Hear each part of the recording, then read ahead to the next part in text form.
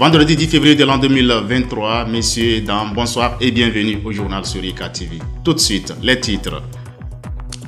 Présentation du programme Campus Citoyen et de sa vision aux représentants du pouvoir central et ses collaborateurs. À suivre également dans ce journal le conseil budgétaire de l'Université de Kara pour l'année 2023. Encore une fois, bienvenue et merci de votre attention. Après 4 ans de mise en œuvre de son projet Inclusion financière et insertion sociale des communautés à la base, le programme Campus Citoyen de l'Université de Kara et sa vision ont été présentés aux représentants du pouvoir central et ses collaborateurs au Palais des Congrès de Kara. Hugues Koba, Modeste Dawat, reportage.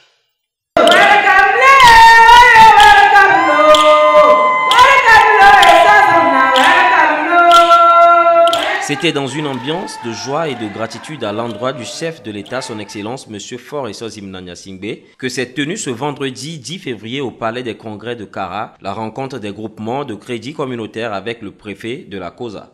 Objectif, présenter les résultats et acquis capitalisés par le programme Campus Citoyen de l'Université de Kara à travers son projet Inclusion financière et insertion sociale dans les communautés à la base. À cet effet, les autorités locales et celles universitaires ont honoré de leur présence cette rencontre. Aujourd'hui, la politique du développement de nos territoires inclut également le bonheur des populations à la base. Et c'est ce que nous devons comprendre pour faire en sorte que nous puissions tous ensemble combattre efficacement la pauvreté et la vaincre pour vivre ou poursuivre longtemps. En fait, ce projet de l'Université de Kara organise les femmes et les hommes en groupement de crédit communautaire. Depuis avril 2018, on y effectue principalement des activités d'épargne et de crédit. Démarré avec seulement 4 groupements, ce projet compte à ce jour 157 groupements, soit près de 7000 personnes. Les perspectives d'avenir sont nées lors d'une rencontre avec les premiers responsables de ces groupements où nous avons réfléchi un tout petit peu sur les besoins non encore pris en compte.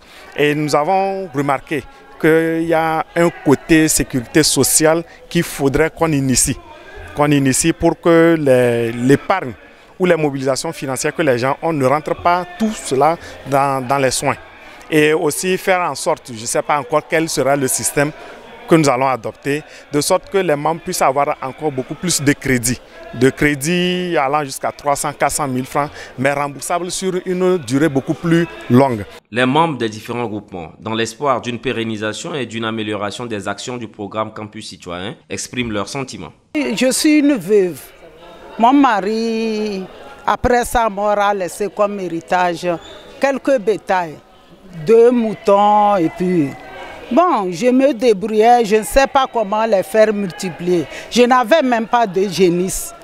Bon, quand j'ai appris qu'il y a 3 clés, je me suis intégrée. Ça fait 4 ans que je suis dedans. Et aujourd'hui, j'ai pu améliorer les tables et inviter aussi les vétérinaires qui sont venus, qui viennent régulièrement visiter mes animaux.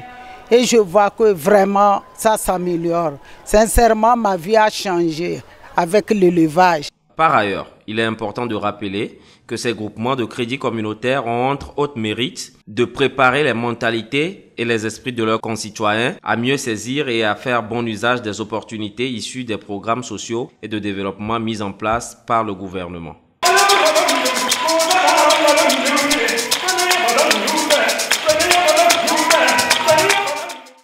Direction salle de conseil de la présidence où s'est déroulé le 3 février dernier une signature de convention de partenariat entre l'Université de Kara et l'usine Steel Cube Togo Sarl. L'échange de parapheurs entre les responsables des 2 institutions a marqué cet événement. Jean Patika, Fortune Kuyao, pour les détails. Un nouveau partenariat entre l'Université de Kara et Steel Cube Togo Sarl, une usine de production de fer à béton et de l'oxygène, est scellée le 3 février dernier. Les documents relatifs ont été signés à la salle de conseil de la présidence par le professeur Komla Sanda, président de l'Université de Kara, et M. Nripendra Kumar Tiwari, directeur général de Steel Cube. Steel Cube Company will provide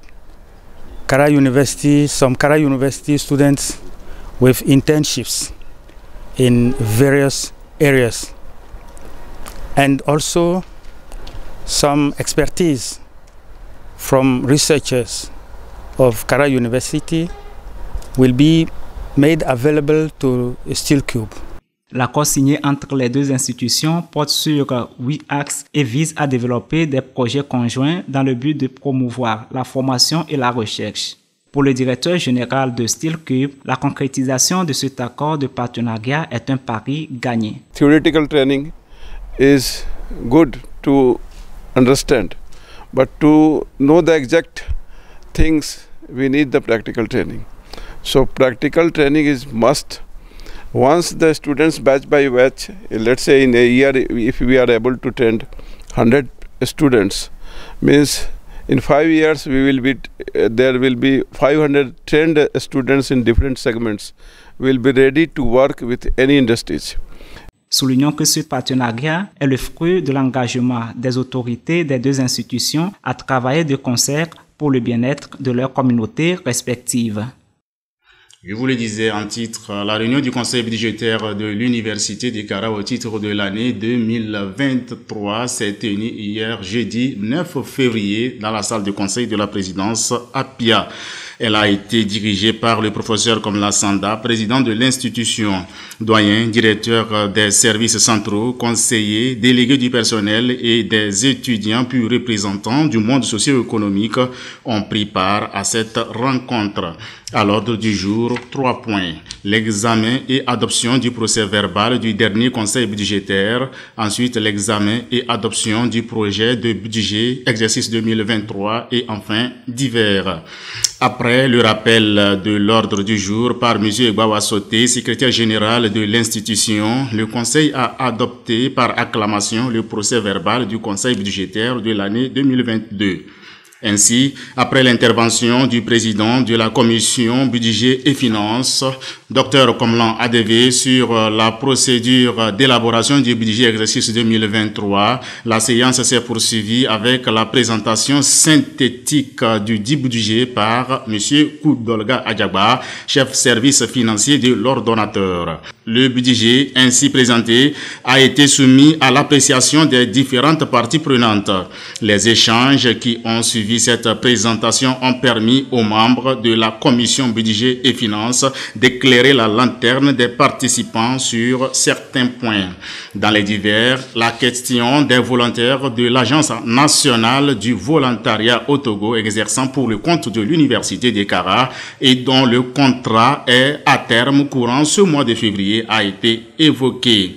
Le Conseil a, pour finir, adopté par acclamation le budget exercice 2023 à l'Université de Kara. L'Agence internationale de l'énergie atomique AIEA vient en appui à l'Université de Kara à travers le laboratoire de biochimie des aliments et nutrition. Ce laboratoire vient de décrocher un projet qui porte sur les questions nutritionnelles. Bertigne le sait, Linda Lopacha pour les précisions. Dans le cadre du projet intitulé « Utilisation des techniques isotopiques dans l'évaluation des interventions nutritionnelles chez les enfants de 0 à 5 ans au Togo », Dr Victor Ouino, spécialiste en nutrition et expert à l'Agence internationale de l'énergie atomique AIEA, était en mission de travail du 7 au 8 février 2023 à l'Université de Kara. We are supporting the University of Kara in the Faculty of Science and Technology to do a project that is evaluating how children are fed in Togo and specifically to look at the feeding of children below 6 months of age. L'Agence internationale de l'énergie atomique AIEA est une agence intergouvernementale du système des Nations Unies qui a pour mission essentielle de faire la promotion des sciences et technologies nucléaires dans ses applications pacifiques. En effet, ce projet a été soumis et acquis auprès de l'AIEA par le laboratoire de biochimie des aliments et nutrition de la Faculté des sciences et techniques. Nous remercions surtout la représentation nationale représentée par le colonel Chao, le professeur Chao, et qui nous appuie beaucoup qui nous aide justement à élaborer le projet sur les exigences de l'agence. Et c'est comme ça que nous avons pu être accompagnés dans ce projet. Ainsi, la rencontre de l'expert avec les membres du laboratoire a été l'occasion pour les étudiants de présenter leur avant-projet de thèse en phase avec les questions nutritionnelles. Dr Victor Ouino a pour finir ces 2 jours de mission animé une conférence débat au campus Nord. Cette conférence aussi m'a permis d'interagir avec l'expert venu de l'AUA. J'avais plusieurs zones d'ombre en ce qui concerne l'utilisation des méthodes isotopiques. Nous ne voyons pas tout dans la littérature et il nous a permis, il nous a voyé, sont plus dans nos projets de recherche doctorale. Donc mon projet va permettre aussi pour l'évaluation des interventions gouvernementales en utilisant des méthodes plus simples à base d'isotopes stables. Ce qui m'a tellement marqué au cours de sa présentation, c'est d'abord sa disponibilité à expliquer ce que c'est que la nutrition, ce que c'est que les nutriments et leur effet sur la santé de la population et les méthodes qu'il a présentées beaucoup plus détaillées qui permettent à chaque participant de mieux comprendre ce que c'est que les méthodes isotopiques.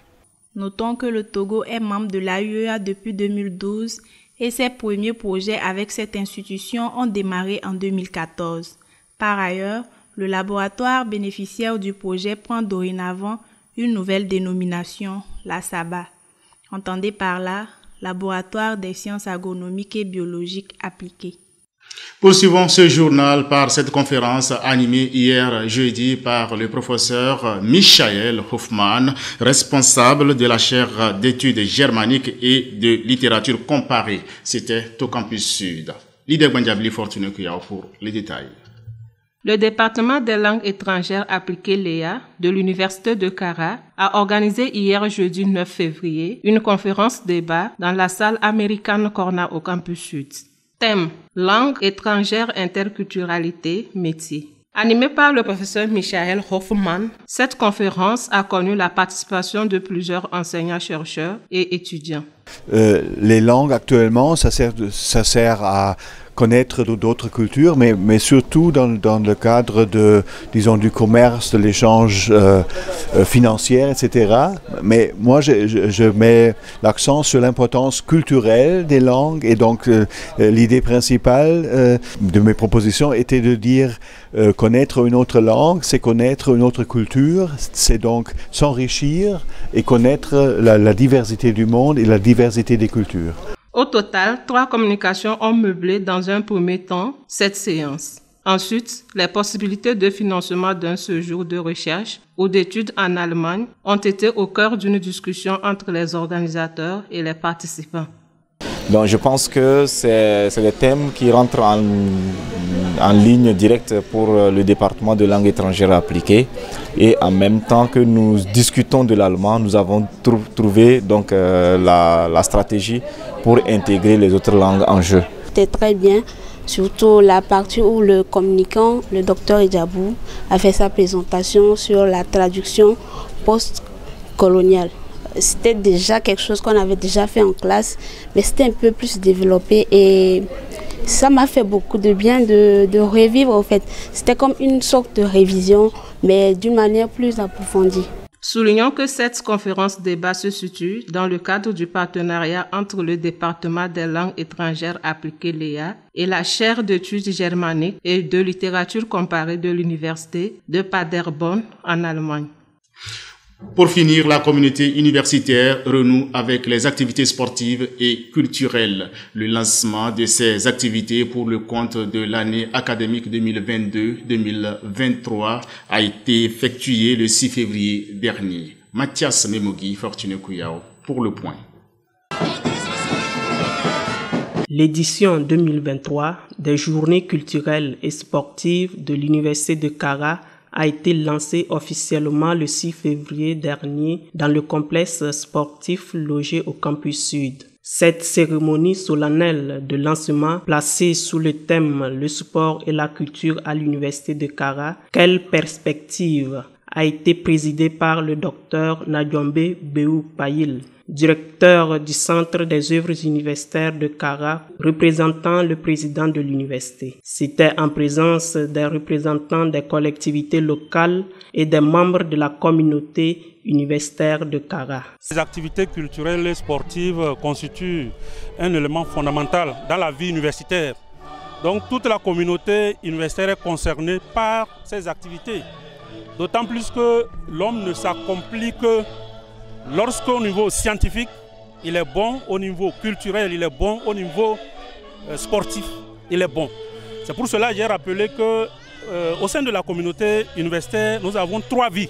Une vie scientifique, une vie culturelle et une vie sportive. C'est au son des fanfares vives et rythmées que les étudiants ont fait leur entrée dans les tribunes. À la suite de cette caravane, l'événement a été agrémenté par un match de football qui opposait l'équipe des anciens à celle des nouveaux étudiants de l'université. Par ailleurs, une parade des associations et clubs estudiantins s'est tenue dans une ambiance chaleureuse. Je voudrais particulièrement inviter mes collègues responsables des associations et clubs de l'université de Kara à prendre tout en main.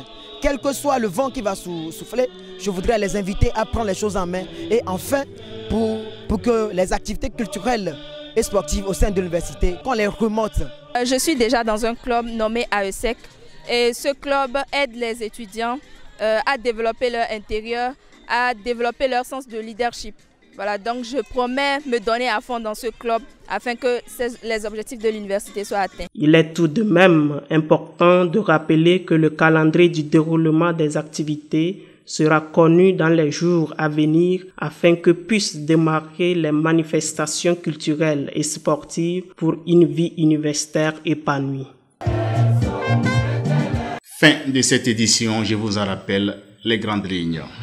Présentation de la vision du programme Campus Citoyen aux représentants du pouvoir central et ses collaborateurs. Il a été également question dans ce journal du conseil budgétaire de l'université de Kara au titre de l'année 2023. C'est fini pour ce rendez-vous informationnel de la semaine. Merci de l'avoir suivi et surtout abonnez-vous à notre chaîne pour être toujours au parfum de l'actualité universitaire. Excellent week-end à toutes et à tous. Bonsoir.